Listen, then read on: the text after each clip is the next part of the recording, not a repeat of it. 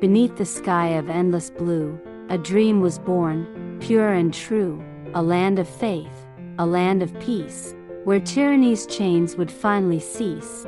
In distant days, our fathers dreamed of soil where justice brightly gleamed, where every soul could live unbound, and sacred rights be safe and sound.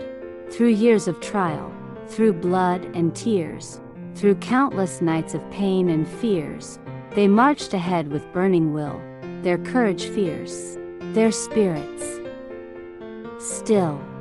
The sun would rise on that August morn, a nation free, a country born, green fields would sway beneath the light, and banners wave in morning sight.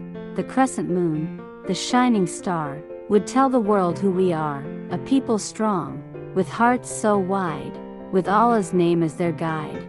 O rivers deep, O mountains proud, O winds that sing to skies unclouded, carry the tale to every ear, of how this land came to appear.